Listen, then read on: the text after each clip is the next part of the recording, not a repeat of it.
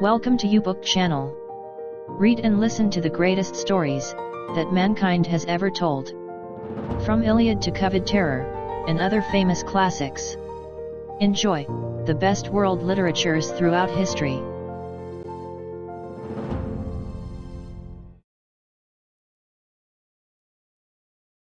Copyright 2021. By Jerry Ducatis. All rights reserved. The Project Gutenberg ebook of The History of Don Quixote. By Miguel de Cervantes Saavedra.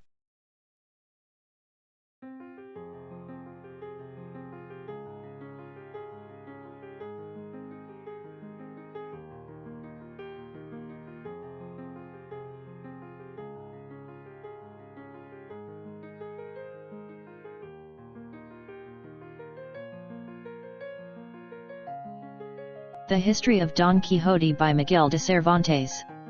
Translated by John Ormsby. Chapter 2. Which treats of the first sally the ingenious Don Quixote made from home.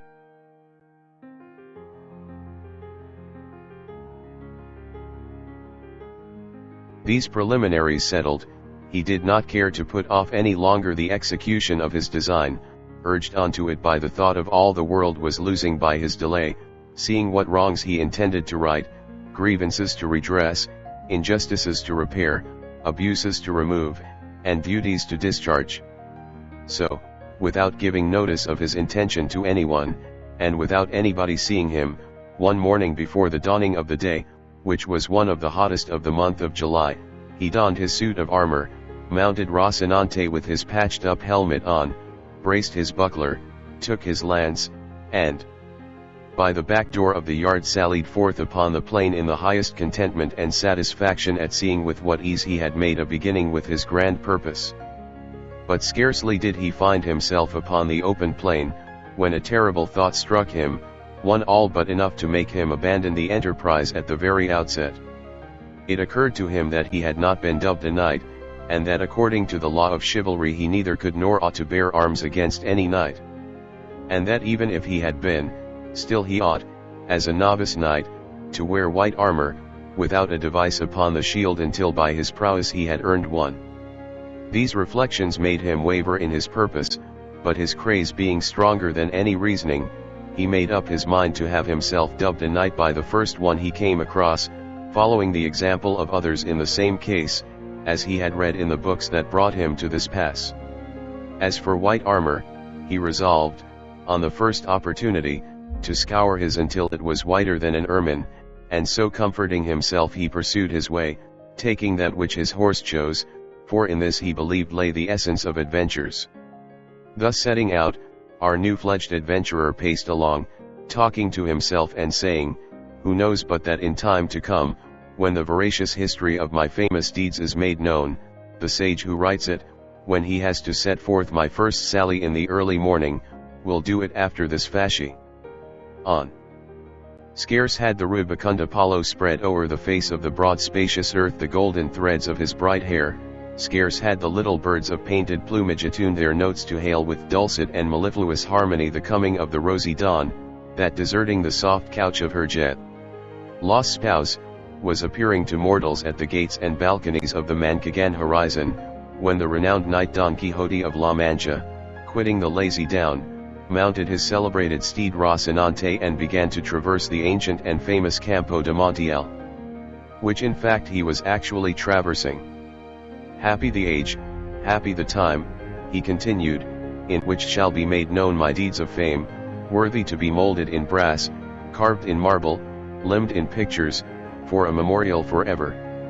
And thou, O sage magician, whoever thou art, to whom it shall fall to be the chronicler of this wondrous history, forget not, I entreat thee, my good Rocinante, the constant companion of my ways and wanderings."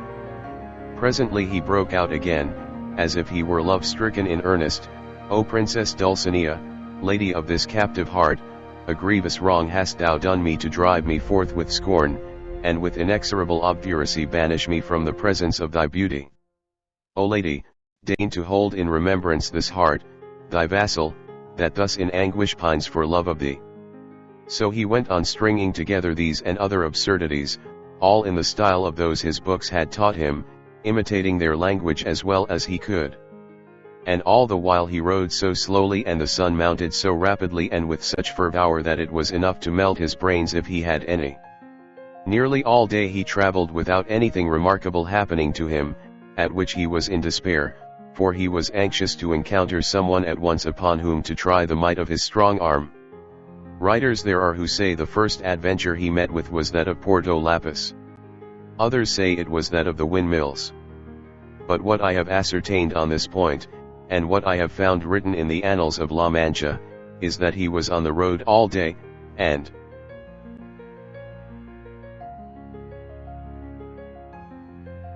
towards nightfall his hack and he found themselves dead tired and hungry, when, looking all around to see if he could discover any castle or shepherd's shanty where he might refresh himself and relieve his sore wants, he perceived not far out of his road an inn which was as welcome as a star guiding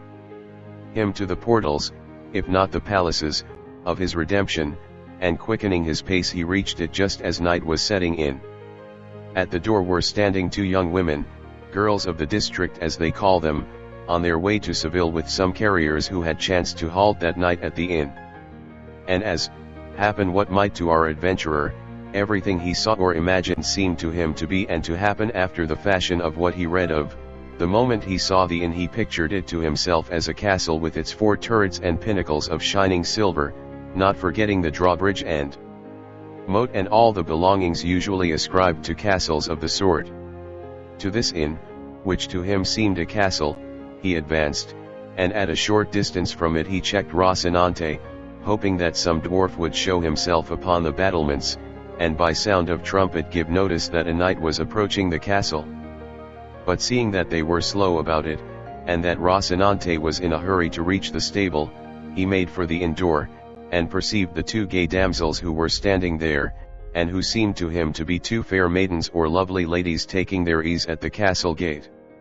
At this moment it so happened that a swineherd who was going through the stubbles collecting a drove of pigs, for, without any apology, that is what they are called, gave a blast of his horn to bring them together, and forthwith it seemed to Don Quixote to be what he was expecting, the signal of some dwarf announcing his arrival. And so with prodigious satisfaction he rode up to the inn and to the ladies, who, seeing a man of this sort approaching in full armor and with lance and buckler, were turning in dismay into the inn, when Don Quixote, guessing their fear by their flight, raising his pasteboard visor, disclosed his dry dusty visage, and with courteous bearing and gentle voice addressed them, "Your ladyships need not fly or fear any rudeness, for that it belongs not to the order of knighthood which I profess to offer to anyone, much less to high-born maidens as your appearance proclaims you to be." The girls were looking at him and straining their eyes to make out the features which the clumsy visor obscured, but when they heard themselves called maidens, a thing so much out of their line, they could not restrain their laughter, which made Don Quixote wax indignant, and say, "Modesty becomes the fair, and moreover laughter that has little cause is great silliness. This, however, I say not to pain or anger you, for my desire is none other than to serve you." The incomprehensible language and the unpromising looks of our cavalier only increased the lady's laughter, and that increased his irritation, and matters might have gone farther if at that moment the landlord had not come out, who, being a very fat man, was a very peaceful one. He, seeing this grotesque figure clad in armor that did not match any more than his saddle, bridle, lance, buckler, or corslet, was not at all indisposed to join the damsels in their manifestations of amusement. But, in truth, standing in awe of such a complicated armament, he thought it best to speak him fairly, so he said, "Señor Caballero, if your worship wants lodging, baiting the bed, for there is not one in the inn, there is plenty of everything else here." Don Quixote, observing the respectful bearing of the alcalde of the fortress, for so innkeeper and inn seemed in his eyes, made answer, "Sir Castellan, for me anything will suffice, for my armor is my only wear, my only rest the fray." The host fancied he called him Castellan because he took him for a worthy of Castile, though he was in fact an Andalusian, and one from the strand of Sanlúcar, as crafty a thief as Cacus and as full of tricks as a student or a page. In that case, said he, your bed is on the flinty rock, your sleep to watch alway. And if so, you may dismount and safely reckon upon any quantity of sleeplessness under this roof for a 12-month, not to say for a single night. So saying, he advanced to hold the stirrup for Don Quixote, who got down with great difficulty and exertion, for he had not broken his fast all day, and then charged the host to take great care of his horse, as he was the best bit of flesh that ever ate bread in this world. The landlord eyed him over but did not find him as good as Don Quixote said, nor even half as good, and putting him up in the stable, he returned to see what might be wanted by his guest, whom the damsels, who had by this time made their peace with him, were now relieving of his armor. They had taken off his breastplate and back piece, but they neither knew nor saw how to open his gorget or remove his makeshift helmet, for he had fastened it with green ribbons, which, as there was no untying the knots, required to be cut. This, however, he would not by any means consent to, so he remained all the evening with his helmet on, the drollest and oddest figure that can be imagined. And while they were removing his armor, taking the baggages who were about it for ladies of high degree belonging to the castle, he said to them with great sprightliness,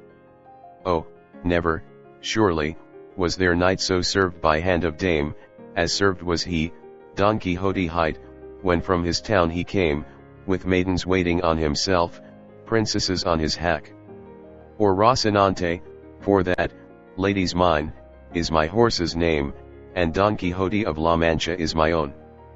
For though I had no intention of declaring myself until my achievements in your service and honor had made me known, the necessity of adapting that old ballad of Lancelot to the present occasion has given you the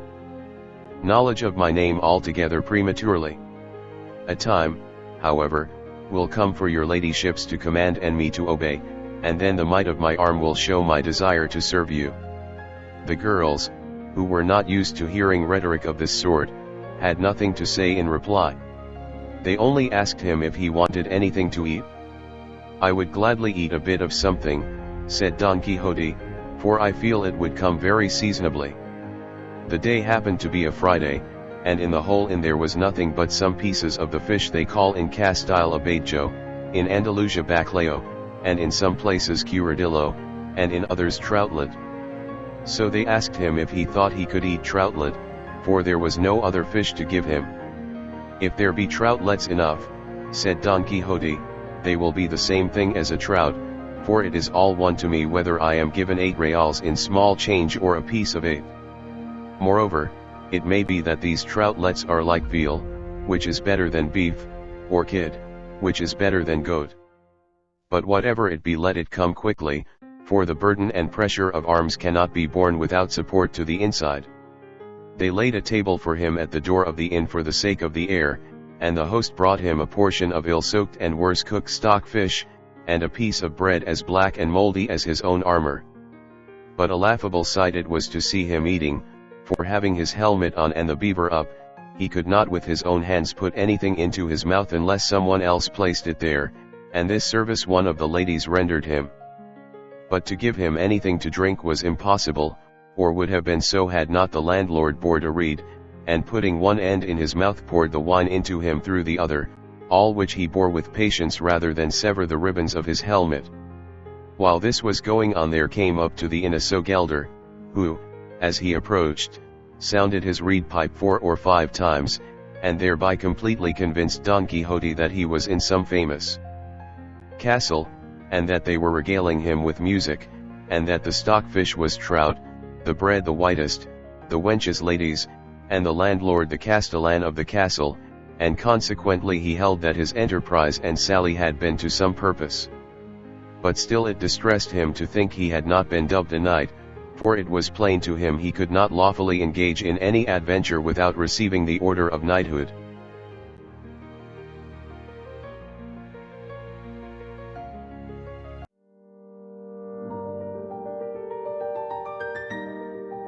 Thank you for watching. Write in the comments section, for your request as to what book, usually from Project Gutenberg, you want us to feature in YouBook channel. Click like to boost the rating of YouBook channel, make a comment for us for the improvement of our services, and share this video to your friends, with the copyright intact. Please click subscribe, and hit the bell button to be notified of new uploads from YouBook channel.